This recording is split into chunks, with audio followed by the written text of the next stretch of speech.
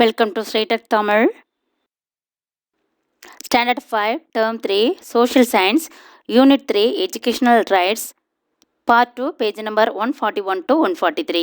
இந்த சாப்டரில் நம்ம என்ன பார்க்க போகிறோம் அப்படின்னா எஜுகேஷ்னல் ஸ்கீம்ஸ், அதாவது கல்வி திட்டங்களை பற்றி பார்க்குறோம்.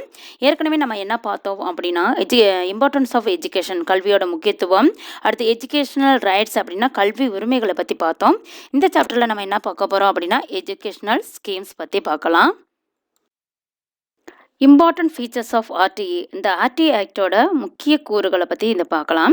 Until the completion of elementary education no student is stopped from school. அதாவது இந்த எலிமெண்ட்ரி எஜுகேஷனை அவங்க கம்ப்ளீட் பண்ணுற வரைக்குமே இந்த ஸ்டூடெண்ட்டை என்ன பண்ணக்கூடாது, அந்த ஸ்கூல்லேருந்து ஸ்டாப் பண்ணக்கூடாது. 25% of reservation is given to the economically underprivileged people in all private schools. எல்லா ப்ரைவேட் ஸ்கூல்லுமே இந்த எக்கனாமிக்கலாக, அதாவது பொருளாதார ரீதியாக பின்தங்கிய குழந்தைகளுக்கு 25% ரிசர்வேஷன், அவங்க 25% இடஒதுக்கீடு வழங்கப்படுகிறது. Improvement in quality of education, அந்த கல்வியோட தரத்தில் குவாலிட்டினா தரம் இல்லையா, அந்த கல்வியோட தரத்தில் முன்னேற்றம் காணப்படுகிறது. School infrastructure should be improved every 3 years. Infrastructure அப்படின்னா பள்ளியோட உட்கட்டமைப்பில் ஒவ்வொரு 3 ஆண்டுகளுக்கும் அது முன்னேற்றம் மேம்படுத்த வேண்டும். Finance will be shared between the state and central government. Finance அப்படின்னா நிதி எப்படிலாம் ஷேர் ஆகுது அப்படின்னா இந்த ஸ்டேட் கவர்மெண்ட்டுக்கும் சென்ட்ரல் கவர்மெண்ட்டுக்கும் பகிரப்படுகிறது. நெக்ஸ்ட் ஒன்று என்ன பார்க்க போகிறோம் அப்படின்னா national education policy, NEP, national education policy அப்படின்னா தேசிய கல்விக் கொள்கை. In 2019, the government of India has framed the national education policy. இந்த 2009 தான் நேஷ்னல் எஜுகேஷன் பாலிசிங்கிறத இந்த இந்திய கவர்மெண்ட் ஃப்ரேம் பண்ணுது. To promote educational among the people of India, அதாவது இந்தியாவில் இருக்கக்கூடிய மக்களுடைய கல்வியை முன்னேற்றுவதற்காக தான் இந்த நேஷ்னல் எஜுகேஷன் பாலிசி என்கிற ஸ்கீமை ஃப்ரேம் பண்ணுச்சு. The NPE covers all educational systems from primary to college level. அதாவது primary to college level அப்படின்னா தொடக்க கல்வியிலேருந்து கல்லூரி வரையிலான இந்த எஜுகேஷனல் சிஸ்டத்தை எது கவர் பண்ணுது அப்படின்னா இந்த நேஷ்னல் எஜுகேஷன் பாலிசி தான் இதை கவர் பண்ணுது. The first national education policy was implemented in 1968, followed by the second one in 1986. அதாவது ஃபர்ஸ்ட் எஜுகேஷனல் பாலிசி எப்போ செயல்படுத்தப்பட்டுச்சு அப்படின்னா 1968. அடுத்து செகண்ட் ஒன் எப்போ செயல்படுத்தப்பட்டுச்சு அப்படின்னா 1986 இது இம்ப்ளிமெண்ட் பண்ணாங்க. Child labour is not allowed in our country. நம்ம கண்ட்ரியில் சைல்ட் லேபர் அப்படின்னா குழந்தை தொழிலாளர்களை நம்ம அனுமதிப்பதில்லை. அதாவது குழந்தை தொழிலாளர் அப்படின்னா 1 வயதுலேருந்து 14 வயது வரைக்கும் உள்ளான குழந்தைகளை நம்ம சைல்ட் லேபர்னு சொல்கிறோம். அவங்கள நம்ம வேலையில் ஈடுபடுத்தப்படுவதில்லை. All children are entitled to have free and compulsory education. அதாவது எல்லா குழந்தைகளுமே இந்த ஃப்ரீ அண்ட் கம்பல்சரி எஜுகேஷன், அதாவது இலவச மற்றும் கட்டாய கல்வி கிடைக்கிறதுக்கு இவங்களுக்கு உரிமை இருக்குது. எஜுகேஷ்னல் ஸ்கீம்ஸ், அதாவது கல்வி திட்டங்களை பற்றி பார்க்கலாம். The most important milestone in education is the free mid day meal programme. அதாவது கல்வியோட முக்கியமான மைல்ஸ்டோன் என்ன அப்படின்னா இந்த ஃப்ரீ மிட் டே மீல், அதாவது மதிய உணவு திட்டம் தான்.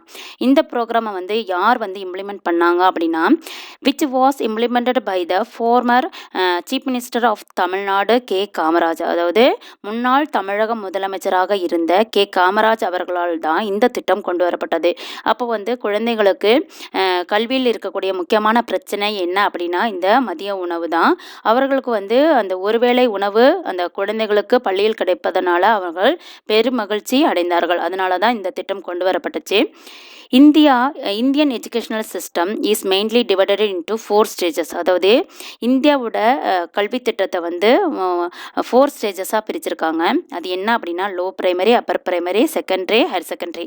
லோவர் பிரைமரி அப்படின்னா 1 to 5, அப்பர் பிரைமரி அப்படின்னா 1 to 8, செகண்டரி அப்படின்னா 6 to 10, ஹையர் செகண்டரி அப்படின்னா 11th to 12th. The Sarva Shiksha Abhiyan SSA, the right to education act RTE act. Have improved the educational performance. இந்த திட்டங்கள் வந்த பிறகு தான் இந்த எஜுகேஷனல் பெர்ஃபார்மன்ஸில் நல்ல முன்னேற்றம் இருந்துச்சுன்னு சொல்லலாம்.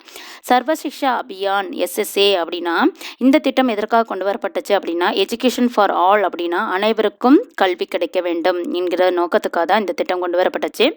Was launched in the year 2001. இது வந்து எப்போ லான்ச் பண்ணாங்க அப்படின்னா 2001 லான்ச் பண்ணாங்க. அப்ஜெக்டிவ்ஸ் ஆஃப் சர்வ சிக்ஷா அபியான், அதாவது அப்ஜெக்டிவ்ஸ் ஆஃப் சர்வ சிக்ஷா அபியான், இந்த சர்வ சிக்ஷா அபியானுடைய முக்கிய நோக்கம் என்ன அப்படின்னா increasing the enrolment in primary schools, அதாவது பிரைமரி ஸ்கூலில் இருக்கக்கூடிய மாணவர்களுடைய எண்ணிக்கையை அதிகப்படுத்துவது தான் இதனுடைய முக்கிய நோக்கம். Getting access to the free and compulsory education for children up to age 14, அதாவது இந்த ஃப்ரீ அண்ட் கம்பல்சரி எஜுகேஷன் இலவச மற்றும் கட்டாய கல்வி இந்த 14 வயது வரையான குழந்தைகளுக்கு அனைவருக்குமே கிடைக்க ஏற்பாடு செய்யப்படுகிறது இந்த திட்டத்தின் மூலமாக. Improving the quality of education, அதாவது இந்த கல்வியின் தரத்தை மேம்படுத்துவதும் இதனுடைய முக்கிய நோக்கம். அடுத்து சமகர சிக்ஷா சப்ஸ்யூம்ஸ் த 3 எர்ஸ்ட்வைல் ஸ்கீம்ஸ். என்னென்ன திட்டங்களை வந்து ஒன்றிணைச்சிருக்காங்க அப்படின்னா சர்வ சிக்ஷா அபியான் எஸ்எஸ்ஏ, அடுத்து Rashtriya Madhyamik Shiksha Abhiyan RMSA, Rashtriya Madhyamik Shiksha Abhiyan RMSA and teacher education TE. இந்த 3 ஸ்கீம்ஸையும் இணைச்சு தான் சமகர சிக்ஷா அப்படிங்கிறத இப்போ வந்து இணைச்சிருக்காங்க. ராஷ்ட்ரிய மத்தியமிக் சிக்ஷா அபியான், அதாவது ஆர்எம்எஸ்ஏ வாஸ் லான்ச்டு இன் 2009. இது வந்து இந்த ஆர்எம்எஸ்ஏ வந்து எப்போ வந்து லான்ச் பண்ணாங்க அப்படின்னா 2009. அதாவது ஏற்கனவே வந்து 2001 வந்து சர்வ சிக்ஷா அபியான் அப்படிங்கிற ஸ்கீமை வந்து லான்ச் பண்ணாங்க.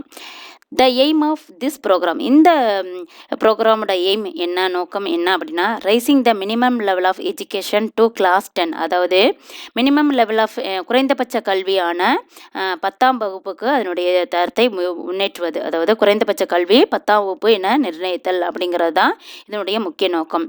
Later in 2018 the government of India wanted to provide a single scheme, அதாவது நிறைய ஸ்கீம்ஸை கொண்டு வந்துட்டாங்க. அதற்கு பிறகு என்ன பண்ணாங்க 2008 எல்லாமே ஒரு சிங்கிள் ஸ்கீமாக கொண்டு வரணுங்கிறதுக்காக என்ன பண்ணாங்க அப்படின்னா for school education starting from preschool to class 12, அதாவது ஃப்ரீ ஸ்கூல் டு, அதாவது இந்த எஜுகேஷனில் வந்து எப்போ அதாவது ஸ்டார்டிங்லேருந்து ஃப்ரீ ஸ்கூல் அப்படின்னா மழலையர் கல்வி அப்படின்னு சொல்லுவோம் இல்லையா, அதுலேருந்து 12th வரைக்கும் ஒரே ஸ்கீமாக கொண்டு வரணுங்கிறதுக்காக இது வந்து சிங்கிள் ஸ்கீமாக கொண்டு வரணுங்காக 2008 வந்து இது லான்ச் பண்ணாங்க. This scheme is known as Samagra Shiksha. இந்த ஸ்கீமோட பேர் என்ன அப்படின்னா சமகர சிக்ஷா எஸ்எஸ் அப்படிங்கிறது அழைக்கப்பட்டுச்சு. அப்ஜெக்டிவ்ஸ் ஆஃப் சமகர சிக்ஷா, அந்த சமகர சிக்ஷாவோட திட்டத்தோட முக்கிய குறிக்கோள்கள் என்ன அப்படின்னா ப்ரொவைடிங் குவாலிட்டி எஜுகேஷன், தரமான கல்வியை வழங்குவது, improving learning outcomes of students, அதாவது மாணவர்களோட அந்த லேர்னிங் அவுட்கம்ஸை வந்து முன்னேற்றமடைய செய்வது, supporting all state governments in implementing RTE, இந்த ஆர்டி ஆக்ட் இருக்கு இல்லையா, இதை வந்து இம்ப்ளிமெண்ட் பண்ணுற எல்லா ஸ்டேட் கவர்மெண்ட்டையும் சப்போர்ட் பண்ணுவது, ஃபோக்கஸிங் ஆன் கேர்ள் எஜுகேஷன் அப்படின்னா பெண் கல்வியில் வந்து கவனம் செலுத்துவது, ஃபோக்கஸிங் ஆன் டிஜிட்டல் எஜுகேஷன் அப்படின்னா மின்னணு கல்வி, அதாவது மின்னணு கல்வியில் வந்து ஃபோக்கஸ் பண்ணுறது. In the past 2 decades India has achieved a minimum enrolment of students in schools, அதாவது 2 decades அப்படின்னா 20 ஆண்டுகளில் இந்த இந்தியாவில் இருக்க பள்ளிகளில் மேக்சிமம் என்ரோல்மெண்ட், அதாவது மாணவர் சேர்க்கை வந்து அதிகமாக இருக்குது அப்படின்னு சொல்கிறாங்க. பெருந்தலைவர் K Kamaraj birth anniversary 15th of July is celebrated as Educational Development Day in recognition of his contribution to the development of education. அதாவது இவர் வந்து கல்விக்கு ஆற்றிய தொண்டினை பாராட்டும் வகையில் அவருடைய பிறந்த நாளான 15th ஜூலையே வந்து எஜுகேஷனல் டெவலப்மெண்ட் டே அப்படின்னா கல்வி வளர்ச்சி நாளாக கொண்டாடப்படுகிறது. பள்ளிகளில் வந்து இப்பொழுதும் கொண்டாடப்படுகிறது. இவர் வந்து 1954 வந்து தமிழ்நாட்டோட சீஃப் மினிஸ்டராக இருந்தவர் இல்லையா. இவர் வந்து 9 இயர்ஸாக வந்து தமிழகத்தில் வந்து சீஃப் மினிஸ்டராக இருந்திருக்காரு. இவர் வந்து குழந்தைகளுக்கு மிட் டே மீல், அதாவது மதிய உணவு திட்டத்துக்கு அறிமுகப்படுத்தி இவர் வந்து மக்கள் மனதில் இடம் பிடித்தவர் இல்லையா. இவர் வந்து கருப்பு காந்தி, தென்னாட்டு காந்தி, படிக்காத மேதை என்று பல பெயர்களாலும் இவர் வந்து அழைக்கப்படுகிறார். நெக்ஸ்ட் ஒரு ரீகேப் பார்க்கலாம். Education is very important for every individual. ஒவ்வொரு தனிநபருக்கும் இந்த எஜுகேஷனுங்கிறது ரொம்ப இம்பார்ட்டானது, முக்கியமானது. Every child has the right to have free and compulsory education. ஒவ்வொரு குழந்தையுமே இந்த ஃப்ரீ அண்ட் கம்பல்சரி எஜுகேஷன் வந்து பெற உரிமை ரைட்டு அப்படின்னா உரிமை இருக்கு. Education should be affordable to common people. கல்வி வந்து எளிதில் கிடைக்கக்கூடியதாக இருக்க வேண்டும். எல்லாத்துக்குமே எளிதில் கிடைக்கக்கூடியதாக இருக்கணும். த right to education act 2009 describes the importance of free and compulsory education for children between 6 to 14 years of age. அதாவது the compulsory education அப்படிங்கிறது 6 to 14 years, அதாவது 6லேருந்து 14 வயது வரான குழந்தைகளுக்கு இலவச மற்றும் கட்டாய கல்வி கிடைப்பதற்கான உரிமை இருக்கு அப்படிங்கிற சட்டம் வந்து 2009ல் தான் வந்து இந்த சட்டம் வந்து சொல்லுது. Samagra Shiksha scheme improves the quality of education and learning of students. அதாவது இந்த சமகர சிக்ஷா ஸ்கீம்ஸ் வந்து எதை இம்ப்ரூவ்மெண்ட் பண்ணுது அப்படின்னா குவாலிட்டி ஆஃப் எஜுகேஷன், அதாவது கல்வியோட தரத்தை முன்னேற்றமடைய செய்து, அது இல்லாமல் லேர்னிங் ஆஃப் ஸ்டூடெண்ட்ஸ் மாணவர்களோட கற்றல் அடைவுகளையும் மேம்படுத்துது. Thank you children.